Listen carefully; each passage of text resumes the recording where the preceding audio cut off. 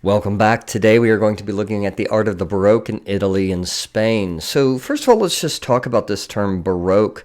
It is derived from a Portuguese word, Barroco, which means a flawed pearl. We'll talk about the symbolism behind that a little bit later, but this is a period that is known for a very sort of extravagant art style, although as we will learn that that style is not ubiquitous, and there are actually lots of different kinds of variation, or there are lots of variations of the Baroque style, but we often think of this sort of extravagant artistic style emphasizing sort of a lot of kind of detailed ornamentation and that's very sort of luxe, right? That's very rich. And that is certainly going to be the case in a lot of the art we will see.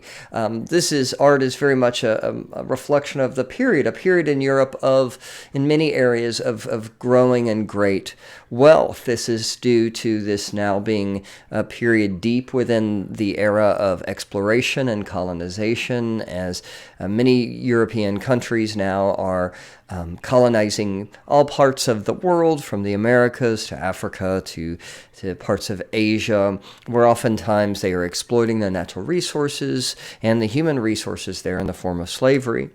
And these nations are becoming extremely powerful and extremely rich, with very powerful monarchs, as we will discuss later, and the effect of that. But what we are seeing is a sort of internationalization, a globalization that we hadn't really seen before due to this age of exploration. Also, really importantly, is we are now deep in the throes of the Protestant Reformation. This is something we touched on a little bit earlier, but we're going to see the full effects of. So the Protestant Reformation, as you may recall, was a movement, a protest for reform that began in the middle of the 15th century, sort of spearheaded by this German monk named Martin Luther, who was looking to sort of rein in what he saw as some of the more dangerous and extravagant impulses of the Catholic Church. What ends up happening is Martin Luther ends up getting excommunicated from the church and begins his own sect, Lutheranism, and that is outside of the reach of the Pope, and in fact rejects the authority of the Pope in Rome. And this, of course, creates a huge ordeal. This causes a split within the church, and you see this Protestant movement fueled in a large part by the invention of the printing press, and also in the 1400s, and allowing for the dissemination of sort of anti-Catholic, pro-Protestant doctrine all across Europe, leads to a huge religious movement that causes more and more sects to form, these different Protestant sects, in the wake of the Protestant Reformation. And what this means is that a lot of Europe is in turmoil. You have, once where the Catholic Church was ubiquitous, from basically all of Western Europe was under the control of the Catholic Church and oversight by the Pope, is now divided into Catholic and Protestant areas. And of course, this leads to political upheaval. This leads to war in many cases. This leads to a lot of problems. And also, the Catholic Church isn't just going to sit idly by as more and more people leave the church. This is why the Catholic Church sets up in the middle of the previous century, in the 1500s, something called the Council of Trent. The Council of Trent basically results in a series of reforms by the Catholic Church that allows for the church to address a lot of the problems that the Protestant Church had with that the Protestants had with the Catholic Church.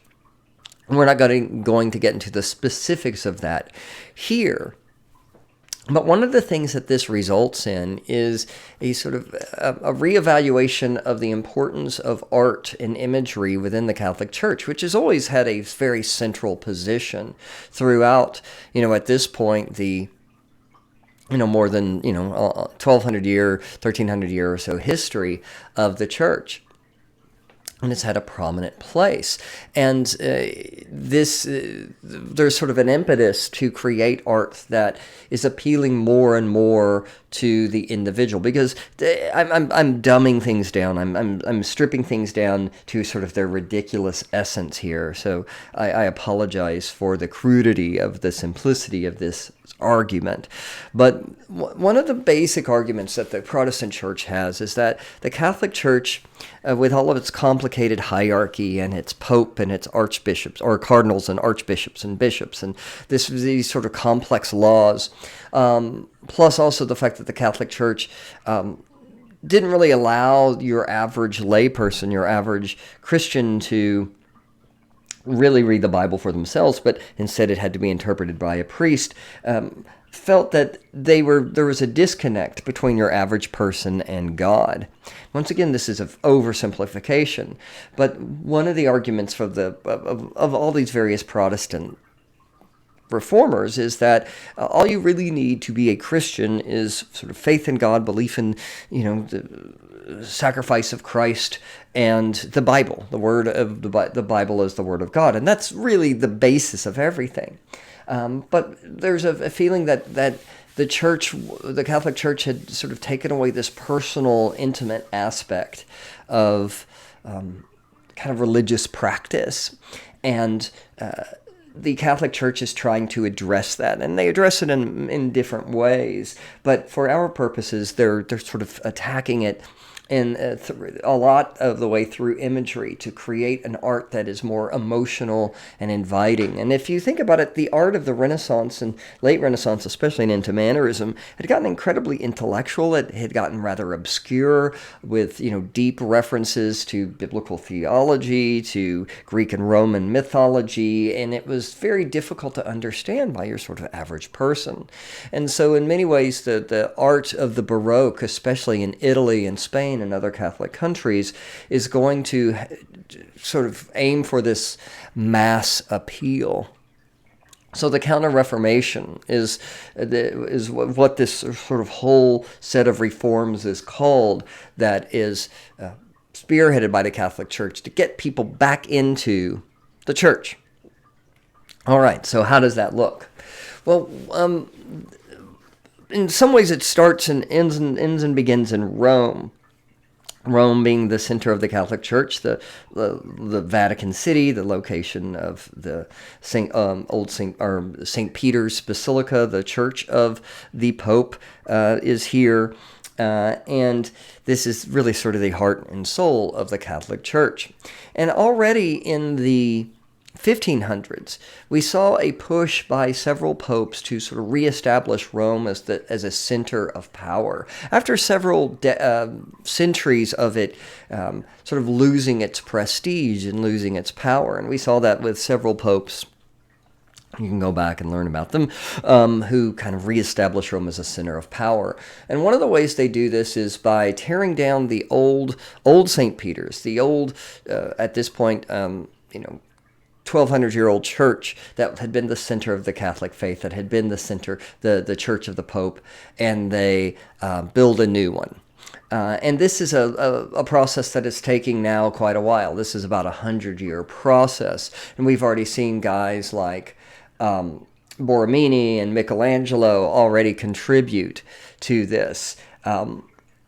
But also in the Counter-Reformation, this becomes really important because as a way of, the church is looking at a way of sort of reasserting its power. And by building this new version of St. Peter's Basilica, what will eventually be called New St. Peter's, the center, or the Pope's church, the center of the Catholic faith, this is kind of a way of saying, look, we are reasserting ourselves. We are still the place to go if you're looking for a particular brand of Christianity, right? We are the church, and look how powerful and beautiful and grand we are. They call on an architect named Carlo Maderno, who to provide the facade for the church. And so what we're looking at here on the right is the image of New St. Peter's.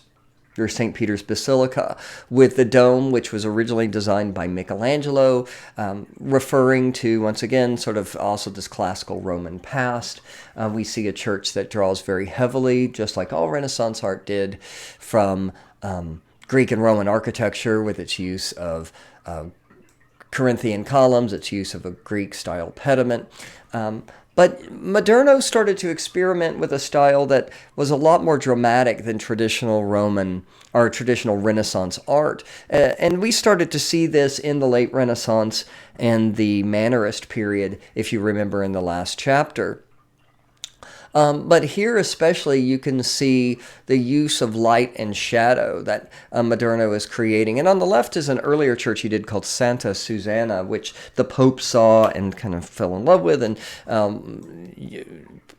pulled in Moderno to create a similar sort of look in St. Peter's.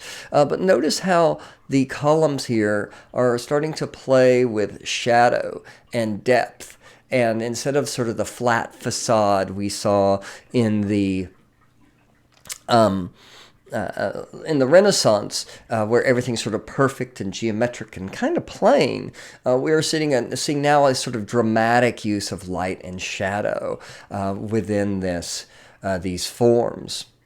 We're also seeing a lot more variation and variety. You can see above some of the windows an alternation between triangular and sort of semicircular or semi-ovular, really, pediments, creating a sense of variety and visual excitement. Here's just an overlook of Vatican City and St. Peter's, sort of where it is located here. Here's our buddy, the Sistine Chapel, kind of right next door. But it's not really until we look at the piazza, this plaza in the front, that we also start to see even more sort of dramatic changes. And this piazza was designed by a guy named Gian Lorenzo Bernini, who's a name you're going to probably get really tired of before the end of this lecture. But Gian Lorenzo Bernini is a guy who, especially through not only his architecture but through his sculpture, is going to really set the tone for art and architecture in the Baroque period. His art is going to be dramatic, it's going to be exciting, it's going to be unexpected, and it's going to sort of display a technical virtuosity that builds upon the innovations of the Renaissance and kind of takes everything to a whole new level. And we can see that play out here in this piazza, which upon an initial appearance looks in some ways very traditional. It seems very Renaissance-based. We see a sort of a classical Greek and Roman sort of setup with a colonnade with these classical elements. But if we look at it from above, we can see something is rather strange. First of all, the whole piazza is designed using, instead of our sort of Renaissance circles and squares, we see ovals. And this is where that term Baroque really comes in, because Baroque, well, like I said, comes from the idea of this sort of oddly shaped pearl. And instead of the sort of Platonic shapes that were espoused by guys like Alberti in the Renaissance, creating this very regular, rational kind of environment. We're seeing the use of ovals, we're seeing the use of trapezoids, we're seeing the use of these kind of irregular geometric forms, creating a sense of drama, excitement, and irregularity. But also there's a technical reason for this. Bernini designed the piazza here and the colonnades, which are actually a series of two double colonnades on each arm, to create a feeling that these are like kind of the arms of St. Peter himself welcoming people into the church. And this is part of, what the hell Counter-Reformation is about, is sort of welcoming people, getting them back into the church and creating this sort of personal, loving experience. But also notice how when we look at these arms, really, right, these colonnaded protrusions. What we are seeing is actually kind of an optical illusion, because they appear to be straight, right? But they're actually not. They bend outwards, forming this more trapezoidal shape. But because of the way your eye bends light, when things are further away, they appear to narrow. So to counteract that illusion, he's had them sort of push outwards as they get closer to the church itself, creating a sense of that they're actually straight. It's really a cool little optical illusion. Bernini also had to incorporate a fountain. He had to incorporate an obelisk, which was already here, an obelisk that was taken from Egypt in conquest, and then a pope set here in the middle as a sort of representing really Roman might. He had to sort of incorporate a lot of things, and plus just allow for lots of traffic for people arriving and whatnot. And so that is what we are seeing here, is this rather innovative use of space and geometry to create really kind of a whole new sort of environment that is dramatic, that draws from the traditional Greek and Roman with its Tuscan style, which is a variation of Doric style columns, and its use of colonnades and Roman and Greek features, but in a whole new dramatic sort of way. This is inside the church, inside St. Peter's. Bernini created a lot of architectural elements and environments here. For example, this is the Scala Regia, the royal stairway, which he created that leads to the Pope's private apartments. But what I really want to focus on here is what is called the Balducino, which is in the nave of St. Peter's itself. And it is, to give an idea for scale, a person standing here, I mean, this thing is 100 feet tall. So, a person standing here would be, it's hard to put into context, isn't it? About the height of this sort of little, wooden object here, this little choir area here, or lectern, I should say, here in the front. So this thing is massive. It's just built on almost an unreal scale, and it required a whole new set of way of building things. It is made from bronze. It is cast bronze, but each column had to be cast in 5 sections. And notice at the top we have a traditional sort of Greek Corinthian column, but the column itself is a dramatic variation of a traditional Greek and Roman column, where it has been twisted almost kind of like a pretzel, right?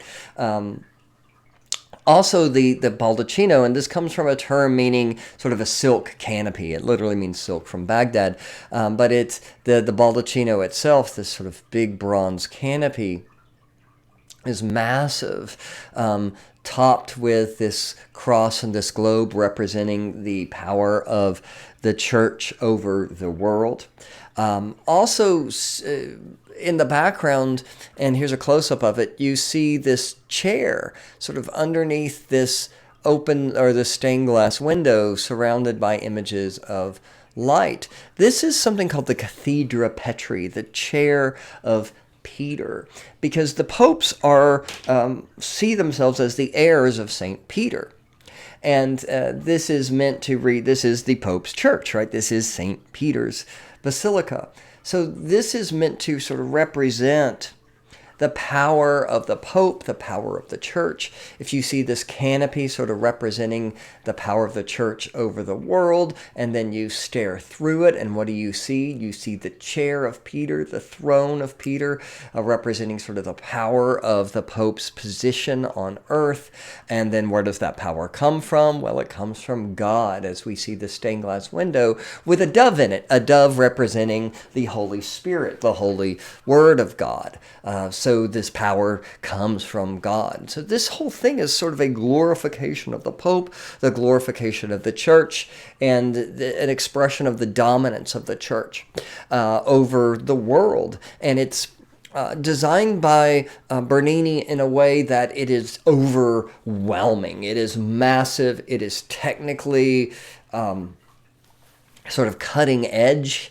It is virtuosic in the way it was constructed. Nothing like this had really sort of existed before. And it is massive. It is meant to be literally awesome. It represents the triumph of the church.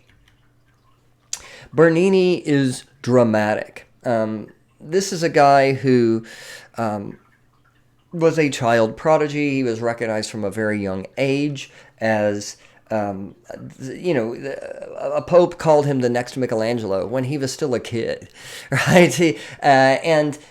He brings with him a theatricality.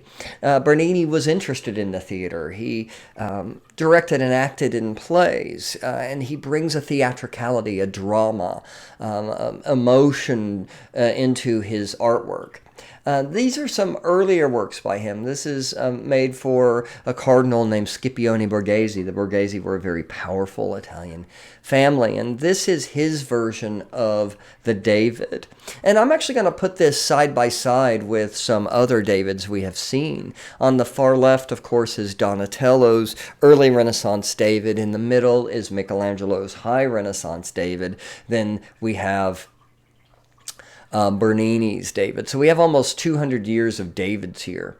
And you can see sort of a progression from this, in many ways. First of all, David is getting older.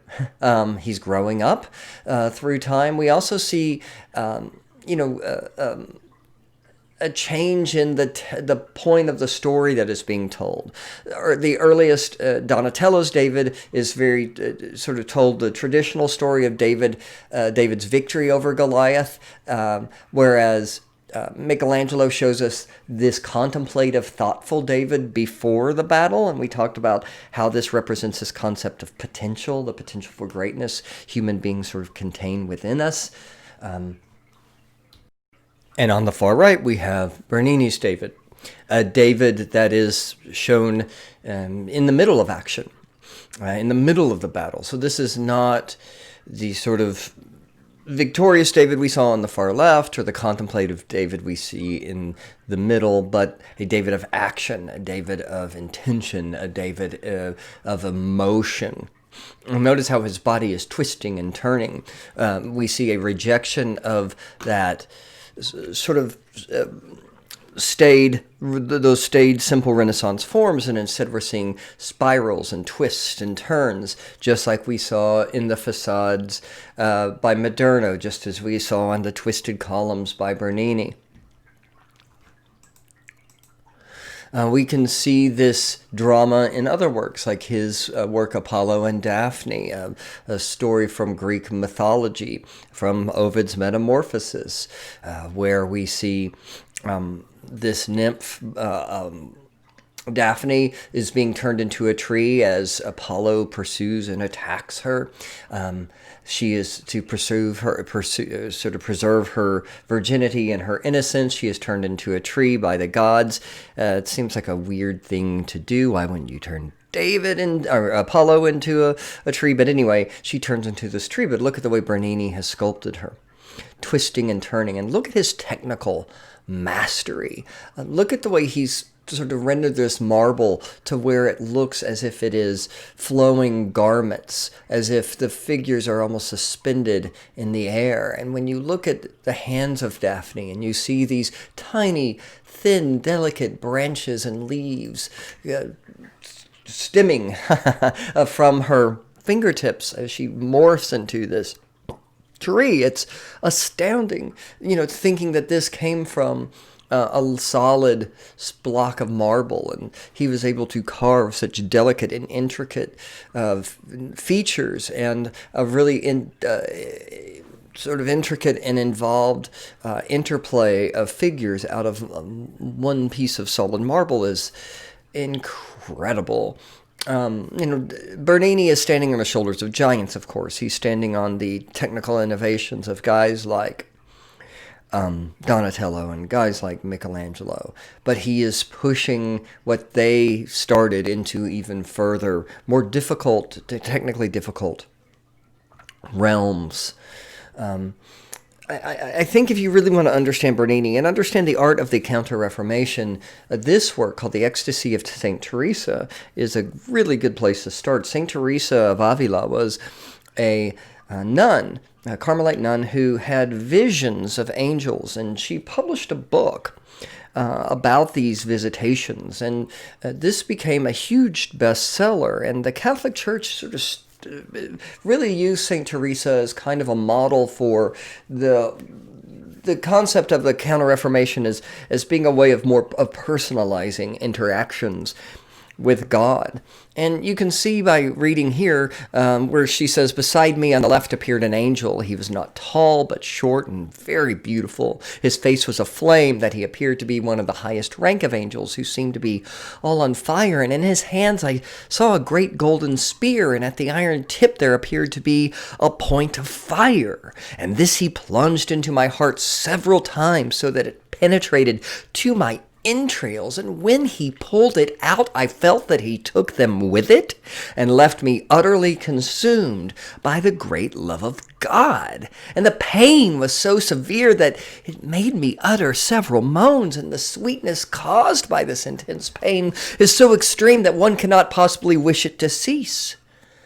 This is not a physical but a spiritual pain, though the body has some share in it, even a considerable share." So we see Bernini showing St. Teresa in this moment of ecstasy falling backwards with her eyes halfway closed and her mouth agape as she moans as this angel penetrates her heart with his spear.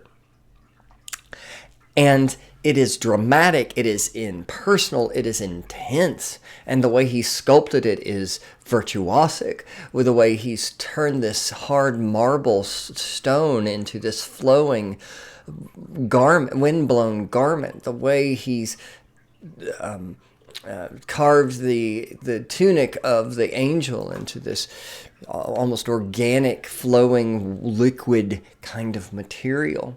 And the way he's carved the emotion and the expression in their bodily movements and their faces is unreal. And the way he has, he's using these sort of special effect elements. First of all, this is carved for a chapel called the Cornaro Chapel, made for a wealthy family, the Cornaro family. And it is literally theatrical. And I told you that Bernini has this theatrical background, but the chapel is, the entire sculpture is carved to be resemble a stage. In fact, the Cornaro family are carved in balconies, as if they are watching this whole event as a play. And then Bernini has suspended the entire sculpture from the wall, so it appears as if it is literally floating in the air, as if we are seeing a vision itself. And then hidden behind this pediment is a window that is, the window will light upon these gold bars, creating this sort of illusion of this intense light of God coming down. Every single inch of this environment, because it's not just a statue, it's like an entire environment that he's created here, an architectural space that is meant to create this feeling of emotional awe. If we look at the facade of a contemporary architect named Borromini, we can see that drama also continue. Borromini took what Moderno did and pushed it even further. That play of light and shadow, and you can see on the left a really good example of it. That play in light and shadow pushed to the extremes. Look at the way Borromini has taken this facade of the small chapel called San Carlo alle Quattro Fontane, St. Carlo of the Four Fountains, as look what he's done with the front of it. It appears to undulate. It's this undulating serpent-like form with these classical Greek and Roman style features, columns and pediments and things like that, behaving in this way as if they almost appear to be liquid, creating this sense of drama, but also creating a sense of deep recesses and then bold projections that when the sun hits at a certain angle creates a sense of drama. Also, if you'll look up at the top, you'll notice our friendly neighborhood Baroque oval. No circles here in the Baroque. No, sir. We got ovals. And there used to be a mirror here that would literally reflect light. So it's all drama all the time. Everything's a special effect. If we go inside, we can see that same sort of drama played out. And we look up at the dome, but we're not seeing a spherical or semi-spherical classical dome, but instead we're seeing a series of interconnecting ovals and semi-ovals. And inside the dome itself are what we call coffers. These are little niches carved to alleviate the weight of the dome. And in a traditional Renaissance dome, these would be regular squares or circles, but what we see is, various octagonal shapes interplayed with crosses, creating this very complex, dramatic. Notice how deeply carved these are too, creating this dramatic sense of use of space. And we're looking at another work by Bernini, the small chapel of St. Ivo, also in Rome. Look at the way he's playing with the shadow here in the courtyard, creating once again a sense of drama as part of the church projects outward, yet part of the facade of the church is concave while the upper part is convex, where one is sort of a more simplified semicircular shape, and the other one is a more complex set of sort of nested semicircles. And it creates this really intense, dramatic, moving sort of facade. And here's the dome of that. Once again, it's not even really a dome so much, but a series of interconnected forms, some semicircular, some not, playing with the both convex and concave forms alternating, creating a sense of drama. There's a lot of play of light and shadow. So let's look at some painting now. Let's talk about a guy named Annibale Carracci, and even more importantly, let's talk about his family, because he was from a family where he had actually two brothers who were also well-known painters. But the Carracci family form in their native Bologna, the Bolognese Academy of Art, or the Bolognese Art Academy, we can call it, which is the first of its kind in Europe. Before this, artists trained through the apprentice system. You would send your child off to study with an artist at a young age. We've already talked about this process. And the training and the sort of benchmarks of that training were overseen ultimately by the guild, but of whatever trade it was that your child was learning. But what we see here is an academic situation where instead of sort of learning on the job, we see a more kind of classroom environment, an academic environment. And the idea is that art is a skill that can be taught in the same way that mathematics could be taught, right? It is a set of principles that could be learned in a regimented sort of way. And this was very novel thinking at the time. The best way to learn art was through studying classical examples, studying Greek and Roman art, and then Renaissance art, of course, but also drawing from life. Always goes back to nature, doesn't it? It always goes back to nature as being the model. So the Carraccis have a rather sort of different style. We think of Baroque as often being dramatic, and the Carraccis certainly could paint that way.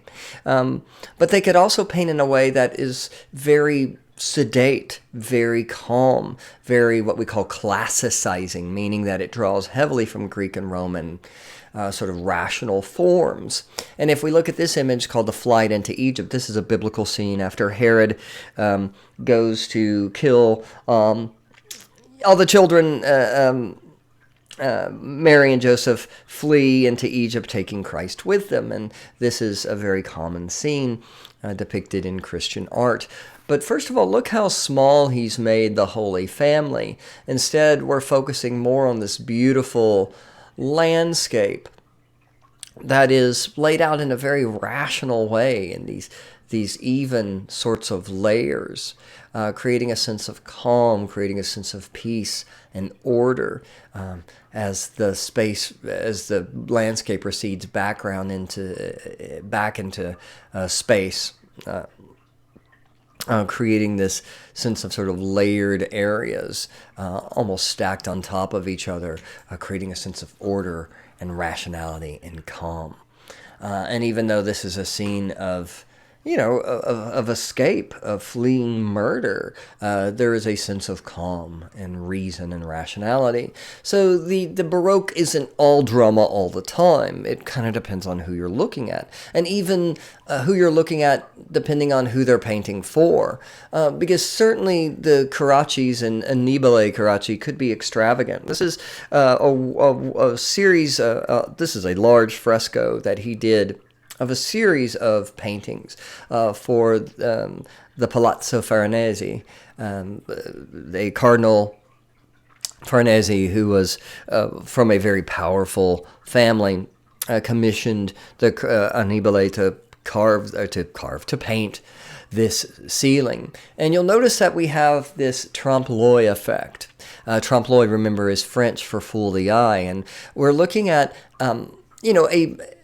these faux architectural elements that, we're looking at sculpture that is actually not there, but instead painted in a way to look real. But also, we're looking at fresco painting in plaster on a ceiling, but it's painted in a way to look as if we are looking at a framed oil painting.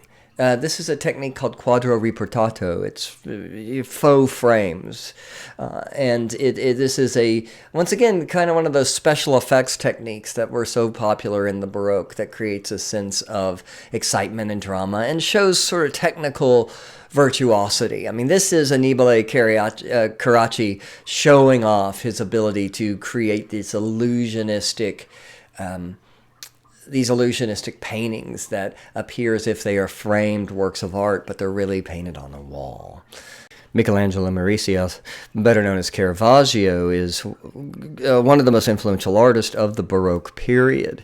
In fact, in some ways, he's sort of the opposite of the Carracci. The Carracci comes from a well-respected family. They were a family that began an art academy. We're going to see Caravaggio as an artist who didn't have necessarily the long-term training that a lot of the artists at this time had. In fact, this is an artist who, although he spent 4 years as an apprentice in Milan, spent a lot of his early career teaching himself how to paint. This created several deficiencies in his art. He was not necessarily great at backgrounds and linear perspective. This changed the way he painted, and so he focused instead on the action in the foreground and the human figure. He often took what some would see as a negative and developed a new style out of it. But what this artist does is sort of change the way painting looks. He's sometimes referred to as the first modern artist, because what he does is he focuses more in on human action and emotion, and almost in some ways the psychological behavior of his characters, in a way that no artist had really done before. And this is going to create an artist who was incredibly controversial in his day, because he had many, many fans. He was a favorite of the Catholic Church. He was a favorite of popes and cardinals and very powerful people. He was loved by many, many people, but also there were others who saw his style as sort of an affront to good taste. He was very famously called by another artist the AntiChrist of Painting. This is a guy who also had a lot of enemies, not just within the world of art, but in the world, because Caravaggio is a guy who grew up sort of rough. He grew up on the streets he spent a lot of his early days in Rome after coming in from Milan, where he worked in a workshop, sort of as a hack artist, creating creating work there. He spent a lot of his time, though, in bars, in gambling, fighting. He was known for violence, threatening people. He was arrested several times. In fact, this is a guy at the height of his career. He kills a man in a fight. It's either described sometimes as a brawl or a dispute.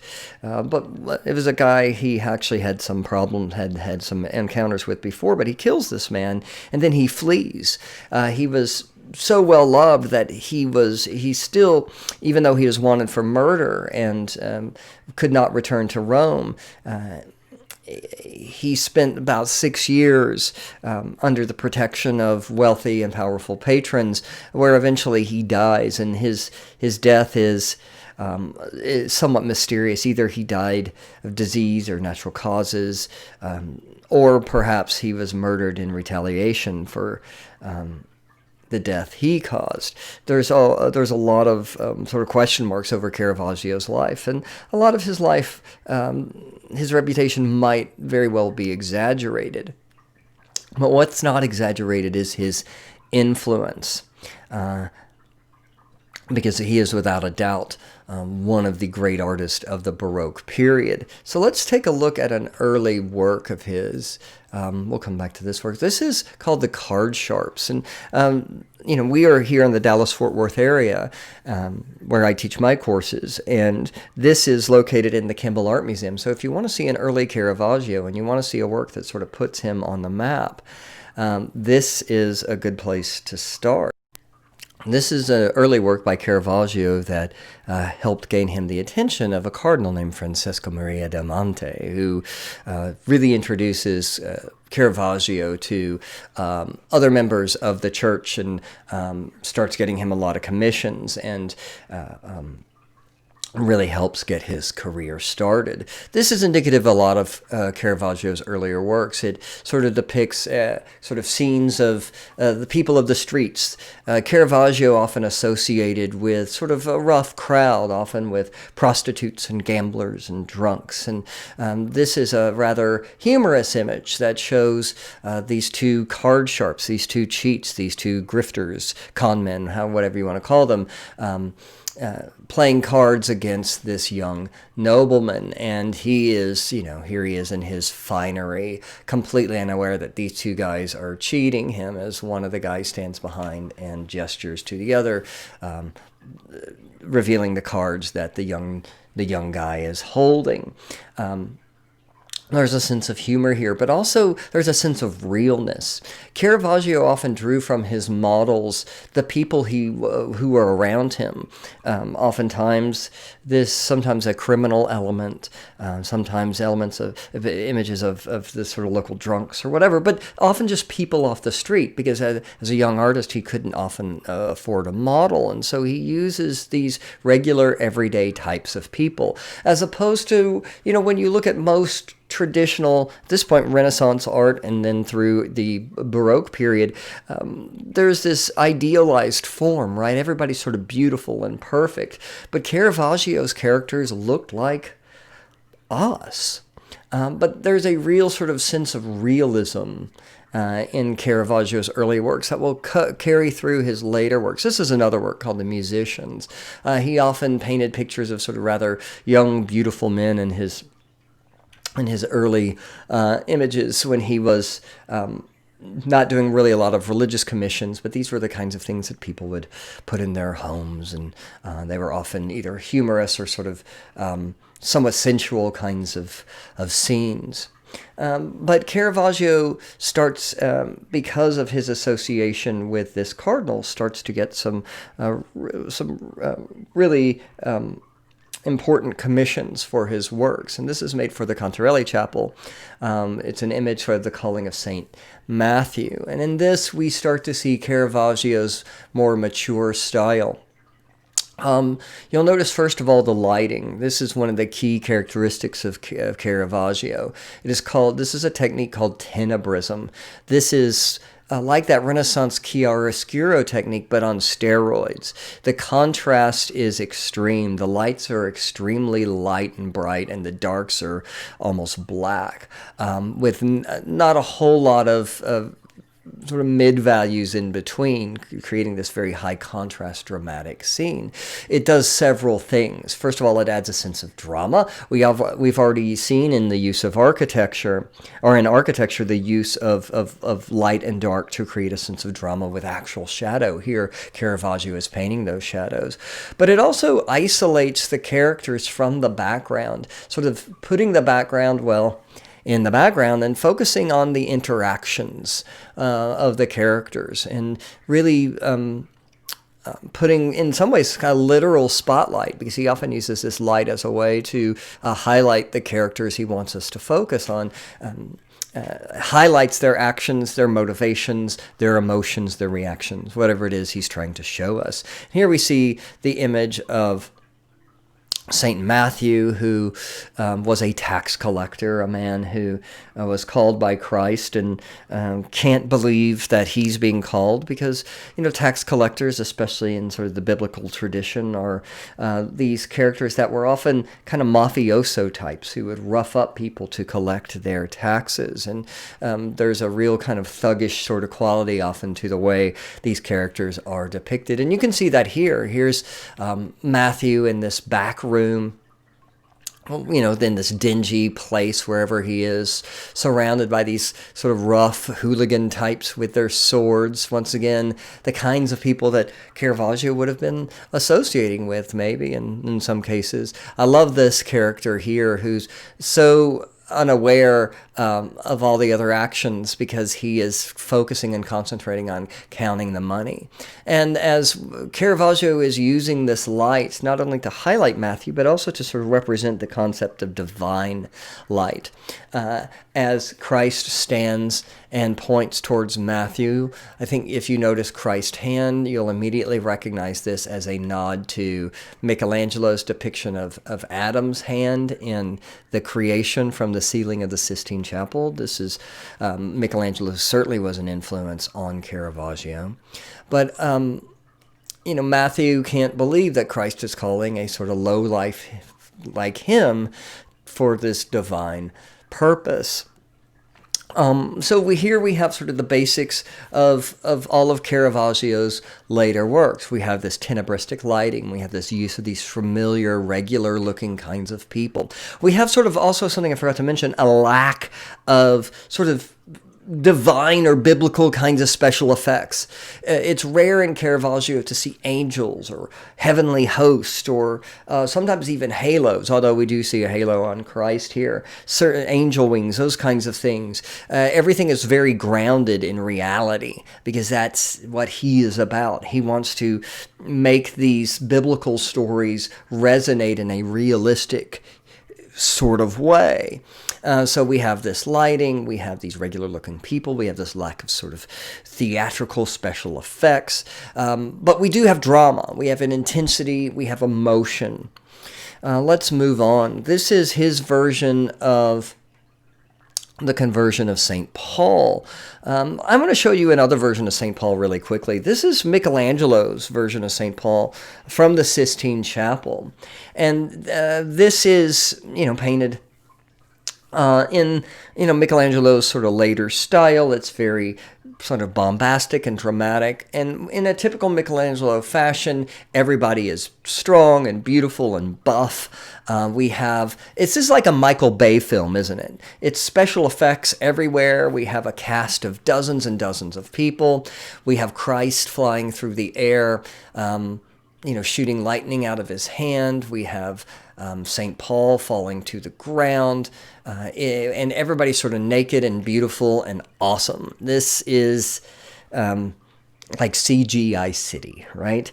But look at Caravaggio's version of this. So the story, of course, is St. Paul, who is a persecutor of Christians, is on his way to Damascus in Syria, and he is hit by this light. He falls to the ground. He's blinded. 3 days later, he is healed, and he changes his name. He becomes a new man.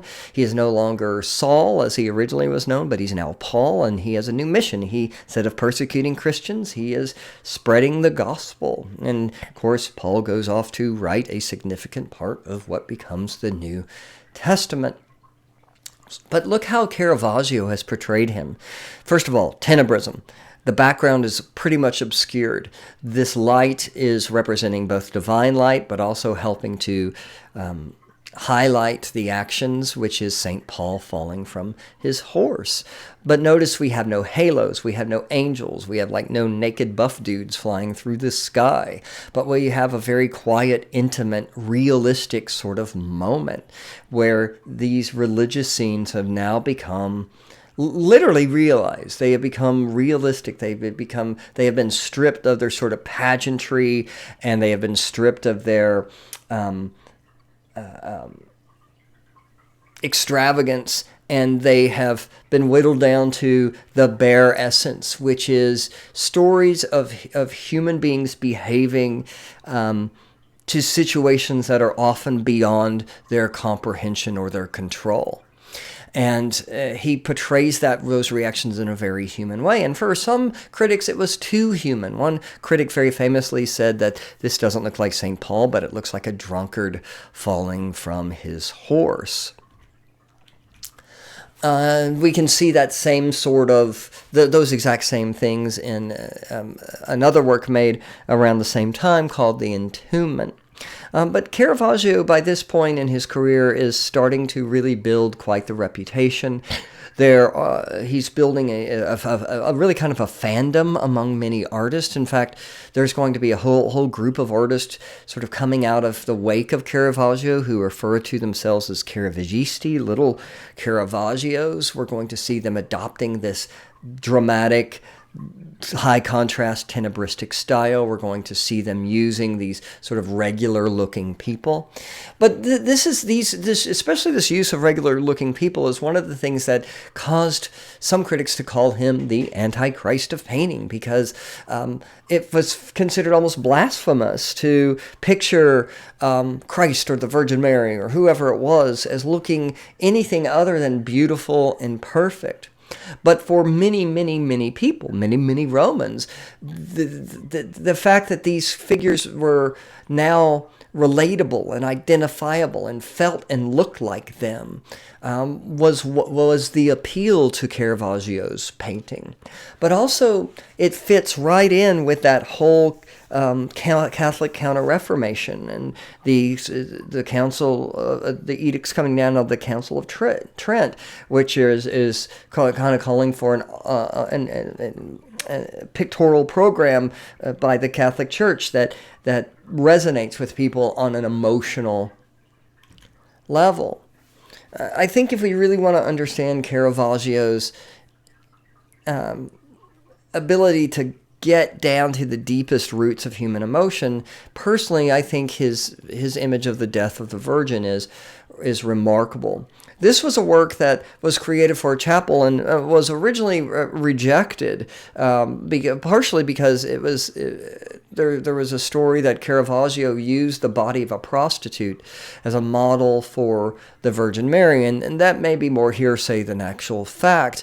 Caravaggio had such a bad reputation among so many people that a lot of things that while certainly he was capable of some fairly terrible things, there's a lot of things that are sort of obscured by this kind of his reputation, and it's hard to sort of cut through fact from fiction sometimes with Caravaggio.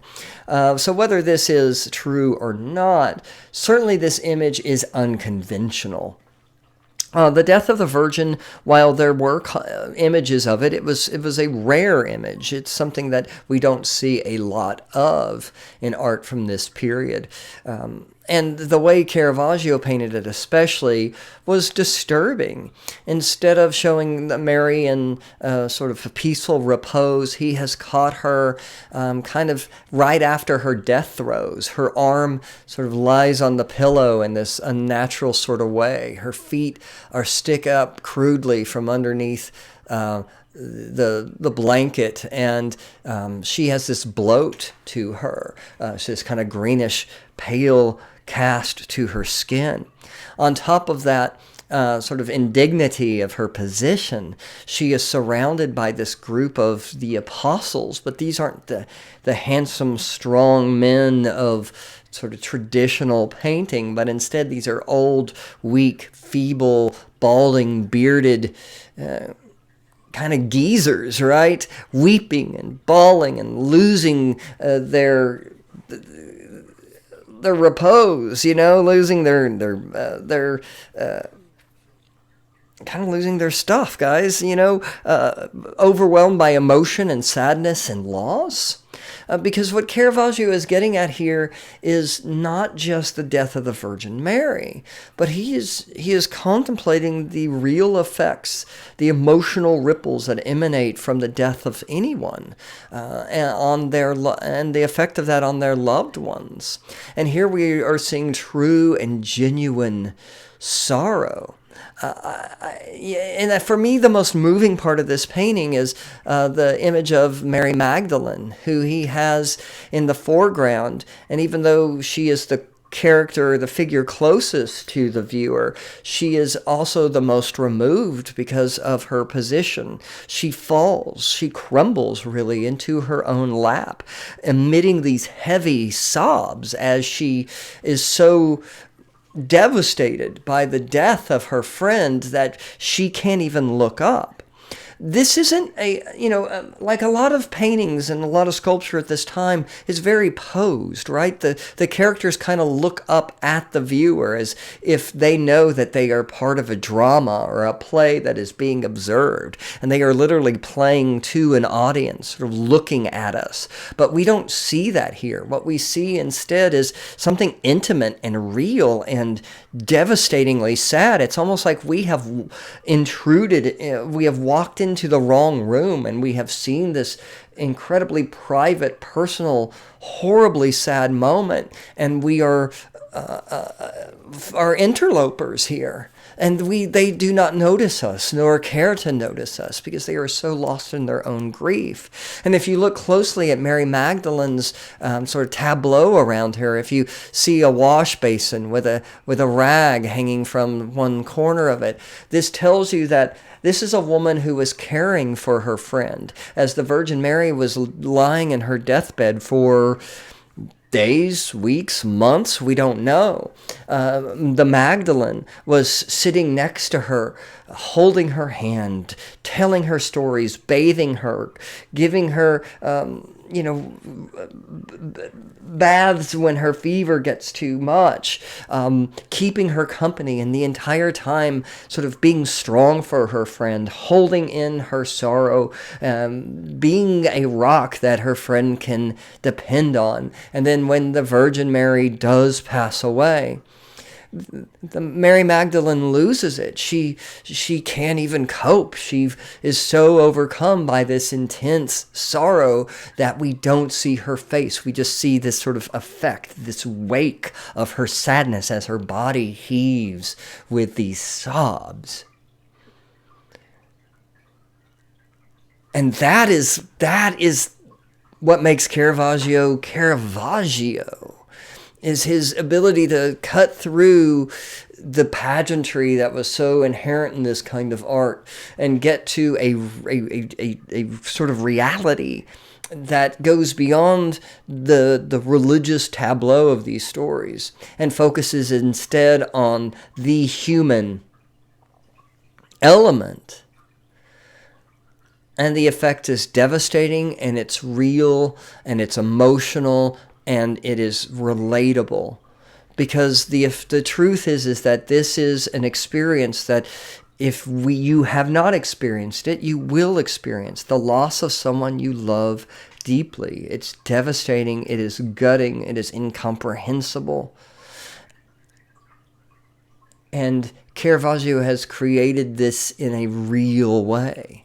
And notice there is no religious sort of grandeur or kind of references to any kind of that typical religious pageantry, theological pageantry we often see, with a small exception of the thinnest of halos over the Virgin Mary's head. And once again, we have that lighting. We have that dramatic lighting isolating the figures and pushing them to the forefront. So we are confronted with their emotion. That's it for this lecture. We're going to continue in the next lecture looking at those influenced by Caravaggio. And we're going to start with father-daughter team of the Gentileschi's, Orazio and his daughter Artemisia. All right, we'll see you next time.